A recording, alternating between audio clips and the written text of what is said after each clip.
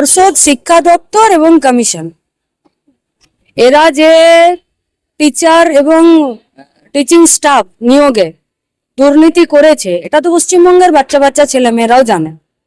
যারা চাকরি প্রার্থী, যারা রাস্তায় বসে আছেন তারাও জানে, আমরা যারা রাজনৈতিক তারাও কর্মী তারাও জানি, সব থেকে বেশি এবং ভালো জানে সরকার। পুরোটা এখন কোর্টের মধ্যে ঝুলছে। কিন্তু এই সবের বাইরে যদি আমরা বলি, কে খারিজ করলো, কে সিবিআই ইনকোয়ারি দিল, কে টাকা ফেরত দিতে বলছে, কে প্যানেল বাতিল করলো, এই সব কিছুর মধ্যে ক্ষতিটা কার হলো? গরিব বাড়ির বাচ্চাদের। এবং সরকারি স্কুল ব্যবস্থার, শিক্ষা ব্যবস্থার, সেখানে লাভ কাদের হলো? মোহন ভাগবতদের। কেন? বললো 2011 পরে পশ্চিমবঙ্গে অবাধ গণতন্ত্র আছে এবং আমি আমার প্রচুর স্কুল এবং শাখা চালাতে পারছি।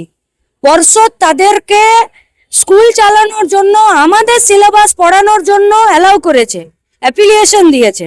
কিন্তু আমাদের সিলেবাস পড়ানোর সাথে সাথে সেখানে আরএসএস এর যা লেখাপড়া, আরএসএস এর যা উগ্র জাতীয়তাবাদ, ধর্মীয় উন্মাদনা তৈরি করা, সেই সবগুলোকেও তারা বাচ্চাদেরকে লেখাপড়ার মাধ্যমে শেখাচ্ছে।